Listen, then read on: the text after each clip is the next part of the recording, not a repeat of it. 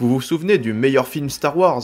Non, je ne parle pas de la revanche des Sith ou bien d'un nouvel espoir, mais bien du spécial Noël avec la famille de Chewbacca. Il y a tout dedans. De l'action, de l'aventure, de l'héroïsme, et même de... Non, c'est pas vrai. C'est une énorme purge, mon dieu. Pourtant, quand on sait que le grand Manitou lui-même a donné son accord pour le produire, c'est d'une tristesse. Ah, vous voulez savoir de qui je parle? Eh bien, je parle du créateur de Star Wars, mais aussi d'Indiana Jones, le génial George Lucas.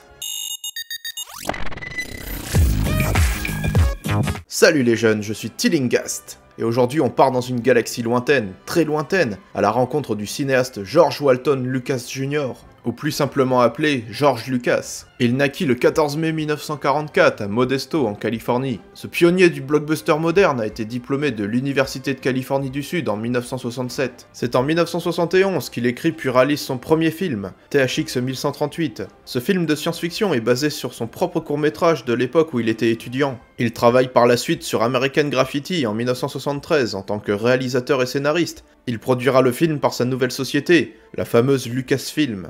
C'est en 1977 que sa carrière va s'envoler en produisant le premier film de la saga Star Wars, Star Wars Un Nouvel Espoir. Le film est un succès surprise, il remporte 6 Oscars et devient le film le plus rentable à l'époque. Il produit ensuite les deux autres suites qui sortent respectivement en 1980 pour l'Empire contre-attaque et en 1983 pour le Retour du Jedi. En 1981, il crée un célèbre archéologue et aventurier du nom d'Indiana Jones. En compagnie de Steven Spielberg, autre réalisateur de renom, il produit et coécrit les 4 volets d'Indiana Jones, le premier étant Les Aventuriers de l'Arche perdue, sorti en 1981, et le dernier étant Le Royaume du Crâne de Cristal, sorti en 2008. Un nouvel opus est prévu pour 2023, mais là George Lucas n'y est que producteur. Il a également réalisé la prélogie Star Wars, sortie au début des années 2000. Ah, Jar Jar, quel personnage incroyable. De plus, il est le fondateur d'ILM pour Industrial Light and Magic, l'entreprise pionnière dans la création d'images de synthèse sur ordinateur. Le premier film à avoir profité de cette nouvelle technologie est bien évidemment le premier Star Wars.